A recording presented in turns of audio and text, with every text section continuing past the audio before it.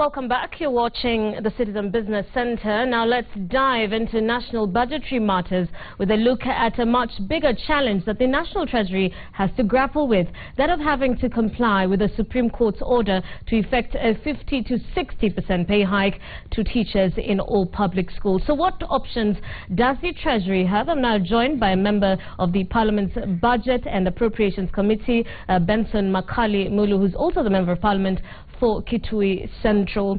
Mheshimiwa, thank you so much for joining us. First things first, you know, everybody's wondering where's the CS going to get this money.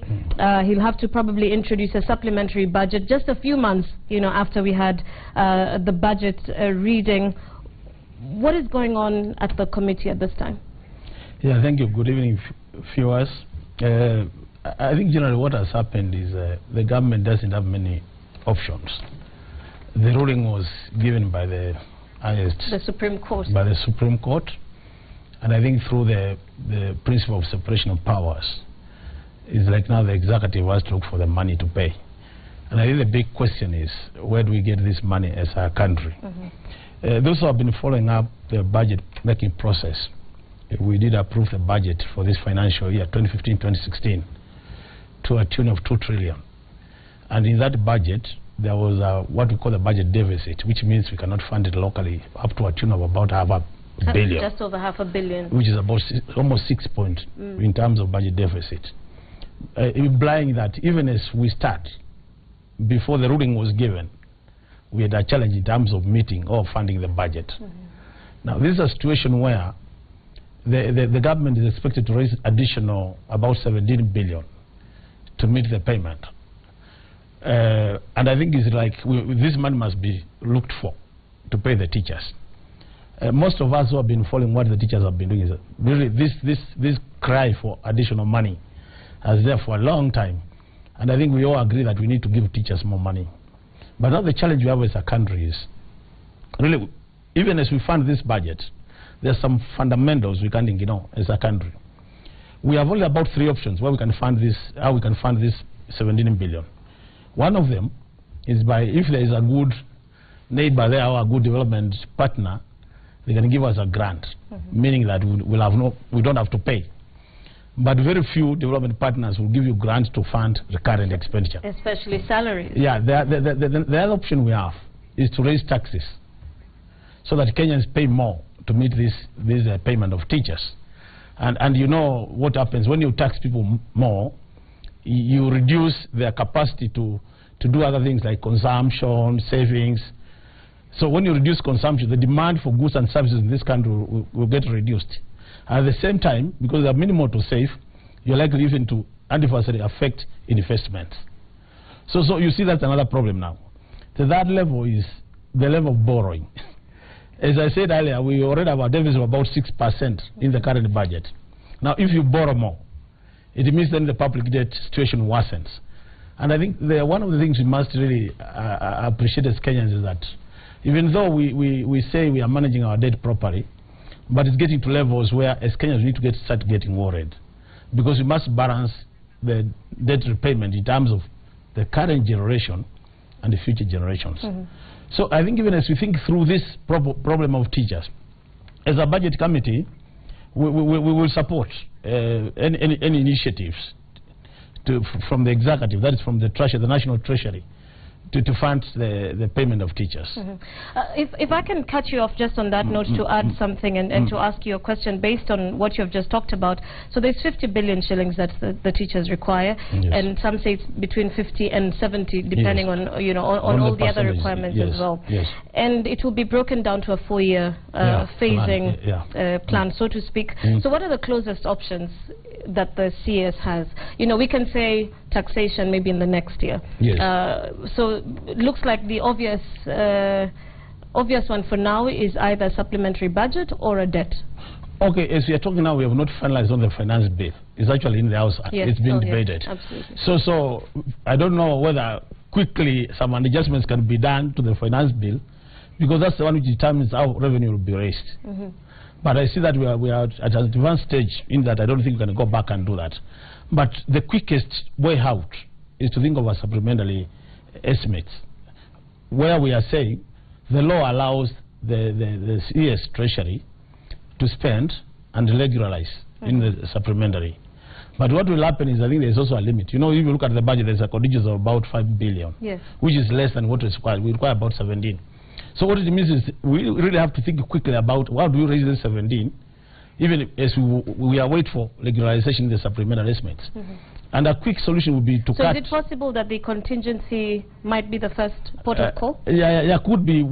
That's a possibility, but there's also a risk because that's basically take care of emergencies. Exactly. So it means if we pay the teachers and an emergency occurs, and there's El Nino coming, then our hands are tied again. Absolutely. But I think what we need to think serious about is the other option is to cut on development budget. And we all know what it means. So other government... obviously, there will have to be a few things. But for me, from where I sit as a Kenyan, if you look at the projected economic growth in this country, we are projecting this year about 6.6.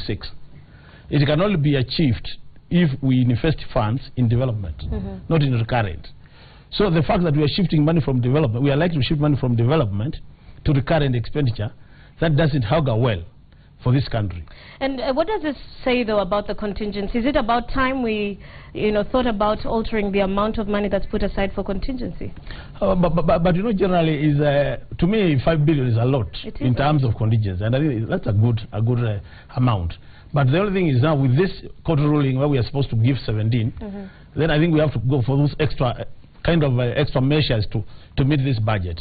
And the other big problem which we are not foreseeing as Kenya, maybe we are not getting it from a technical point of view as an economist, there's what we call the spiral effect.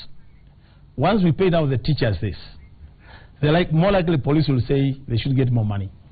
They will follow the health sector. The health sector.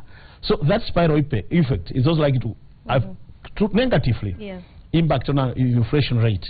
So when you look at the fundamentals in terms of how to ensure that this money is funded, automatically as an economy, we are likely to suffer.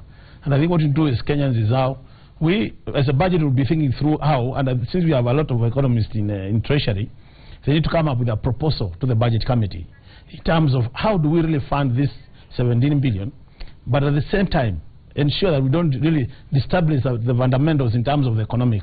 Because if we destabilize the economy, then there will be more serious challenges to the economy than just paying the teachers. Talking about serious challenges, does the budget committee really care about how, money is spent in that sense? Because this has been back and forth. There's money going to be spent in litigation. There's so much money going to be spent, in just making sure that this money is out at a certain time. Yes. Does the budget committee really care about that? Yeah, we really care. The parliament is, we represent people. And the budget committee, the budget appropriation committee of parliament is a subcommittee of the House. So whatever we do it on behalf of the House. And that was a representation of all Kenyans. So we actually care a lot. Even like me, I represent Kitui Central. I would be very worried if I find that whatever we are going to do to pay teachers is likely to cause more problems to the poor Kenyans who I represent. So that's what I'm saying. For me, even when I sit in the budget committee, my interest would be a situation where the proposal coming from the National Treasury is a proposal which takes care of this payment, because it must be paid, but at the same time takes care of those Kenyans out there who are disadvantaged and must really be protected. Because we also know the issue of the safety nets is to make sure that we are taking care of, but we can't really expose them. Because if we expose them, then everybody suffers, and I think it is really a very tricky situation. It must be handled in a very careful manner. Absolutely, a balancing act. Yeah, balancing act. Talking about that, and as we wind up, the constitutional requirements will not allow, a supplementary budget by the 31st of August, which Sosion has said we don't care where the money comes from. We want it in the TSC account by midnight of the 31st. And if you look at, the people we're speaking with say it will take at least 3 weeks. Yeah. For that, and that means the middle of September. What happens now? What will happen now, the Constitution allows the CS Treasury to spend money and regularize within 2 months. So, for example, if he spends this money in August, he has September and October to present to Parliament a supplementary budget so that we regularize that expenditure. To me, that is not a big problem.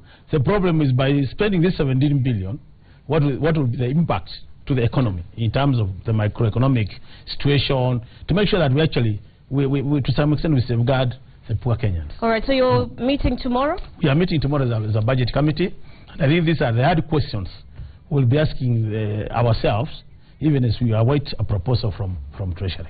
All right. Honorable Makali Mulu, Member of Parliament, Kitui Central Constituency, as well as a member of the House Business Committee and a member Budget and Appropriations Committee. Mheshimiwa, thank you so much for your thoughts thank you very tonight. much. And we hope that this stalemate will finally come to conclusion. conclusion. And let Kenyans be prepared to support the teachers, and at the same time, be prepared to cop more from their resources to pay the teachers. I don't know about coping more. It's actually a stalemate that is causing a little bit of a stir here on 22422, with someone here says that the demands by teachers are very basic and justified. They are crying for their basic rights to fair pay. So I guess it's something that everybody is looking at. Yeah, we need to really. That's right.